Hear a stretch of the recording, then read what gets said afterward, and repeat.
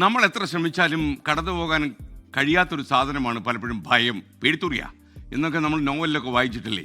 ആൾക്കാർ വല്ലാതെ പേടിച്ചു പോകും. നമ്മുടെ ഉള്ളിലെ ഭയം ഇങ്ങനെ കത്തിക്കയറുമ്പോൾ പലതും സംഭവിക്കും. ഈ ഭയത്തിൽ ഏറ്റവും വലിയ സാധനം ഏതാണെന്ന് ചോദിച്ചാൽ മരണഭയം. മരണത്തെ മുഖാമുഖം കണ്ട് ജീവിതത്തിലേക്ക് തിരിച്ചു വന്ന ഒരുപാട് ആൾക്കാർ ചരിത്രത്തിലുണ്ട്. കാഞ്ഞുപോയി, കഴിഞ്ഞു, എല്ലാം കഴിഞ്ഞു, വീട്ടുകാരെയൊക്കെ അറിയിച്ചോളൂ എന്നൊക്കെ പറഞ്ഞിട്ടും ജീവിതത്തിലേക്ക് തിരിച്ചു കയറി വന്ന എത്രയോ മനുഷ്യരെ എനിക്ക് തന്നെ അറിയാം. പക്ഷേ ഇതിൽ പ്രശസ്തരായ ആൾക്കാരുമുണ്ട്. മരണത്തിന് മുന്നിൽ വിറയ്ക്കാതുന്ന ഒരു മനുഷ്യരെ കുറിച്ചാണ് ഞാനിപ്പോൾ പറയുന്നത്. ആദ്യം പറയുന്നത് നമ്മുടെ പ്രഥമ പ്രധാനമന്ത്രിയായിരുന്ന ജവഹർലാൽ നെഹ്റുവിനെ കുറിച്ചാണ്. നെഹ്റുവിനെ 1955 നാഗ്പൂരിൽ വെച്ച് ബാബുറാവു ലക്ഷ്മൺ എന്നൊരുവൻ, റിക്ഷാവാലയാണ്, അയാൾ കൊലപ്പെടുത്താൻ ശ്രമിച്ചു. എന്നാൽ തലനാരിഴയ്ക്ക് നെഹ്റുവിൻ്റെ സുരക്ഷാ ജീവനക്കാർ ബാബുറാവുവിനെ കീഴടക്കി അദ്ദേഹത്തെ രക്ഷിച്ചെടുത്തു. ഇത്തരത്തിൽ ഏറ്റവും കുറഞ്ഞത് 3 തവണയെങ്കിലും നെഹ്റുവിന് നേരെ വധശ്രമം ഉണ്ടായിട്ടുണ്ട്. ഇനി എണ്ണി തിട്ടപ്പെടുത്താൻ പറ്റാത്ത അത്രയും തവണ വധശ്രമത്തിൽ നിന്ന് രക്ഷപ്പെട്ട മറ്റൊരു വ്യക്തിയെക്കുറിച്ച് ഞാൻ പറയുക.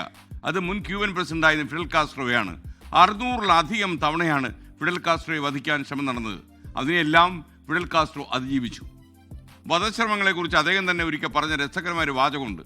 വധശ്രമങ്ങളിൽ നിന്ന് രക്ഷപ്പെടുന്നതിന് ഒരു ഒളിമ്പിക്സ് ഇനം ഉണ്ടായിരുന്നെങ്കിൽ എനിക്ക് സ്വർണ്ണ മെഡൽ കിട്ടിയെന്നെ.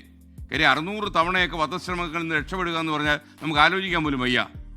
ഭയത്തെ അതിജീവിക്കാൻ സാധിക്കുന്ന മനുഷ്യർക്ക് ജീവിതത്തിൽ എന്ത് സംഭവിച്ചാലും അതിനെ മറികടന്നു പോകാൻ സാധിക്കുമെന്ന് ഈ ഉദാഹരണങ്ങളൊക്കെ നമ്മോട് വിളിച്ചു പറയുന്നുണ്ട്. മറ്റൊരു കാര്യം കൂടി ഈ അവസരത്തിൽ ഞാൻ ഓർമ്മിക്കുകയാണ്. നമുക്കറിയാം, മഹാത്മാഗാന്ധി കൊല ചെയ്യപ്പെട്ടത് ജനുവരി 30-ാം തീയതിയാണ്.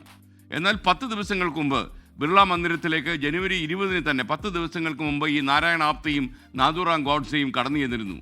ഗാന്ധിജിയെ 30-ാം തീയതി പോയിന്റ് ബ്ലാങ്ക് റേഞ്ചിൽ നിന്നാണ് ഈ നാഥുറാം ഗോഡ്സെ നിറയൊഴിച്ചതെങ്കിൽ ഈ 10 ദിവസങ്ങൾക്ക് മുമ്പ് ഇവർ രണ്ടുപേരും അവിടെ എത്തി. പക്ഷേ ഇതിൻ്റെ എവിടെയോ ബാൽക്കണിയിലിരുന്ന് ഒരു കണ്ണിന് ചെറിയൊരു പ്രശ്നമുള്ള മനുഷ്യൻ ഇങ്ങനെ തങ്ങളെ നോക്കുന്നു എന്ന് സംശയം തോന്നിയപ്പോൾ നാരായണ ആപ്തയും നാഥുറാം ഗോഡ്സെയും രംഗം വിട്ടുപോയി എന്നാണ് മനോഹർ മൽഗോങ്കർ എഴുതിയ, ഒരു മറാത്തി നോവലിസ്റ്റാണ് അദ്ദേഹം, മനോഹർ മൽഗോങ്കർ എഴുതിയ the men who killed Gandhi എന്ന പുസ്തകത്തിൽ പറയുന്നത്. 10 ദിവസങ്ങൾക്ക് മുമ്പേ പ്ലാൻ ചെയ്തിരുന്നു എന്നുള്ളതാണ്. പക്ഷേ സുരക്ഷാ ഏജൻസികൾക്ക് ഇവരുടെ നീക്കങ്ങൾ മനസ്സിലാക്കാതെ പോയി അവസാനം ലോകത്തിൻ്റെ വെളിച്ചം നഷ്ടപ്പെടുത്തി 30-ാം തീയതി ഗാന്ധിജി മരണത്തിന് കീഴടങ്ങി.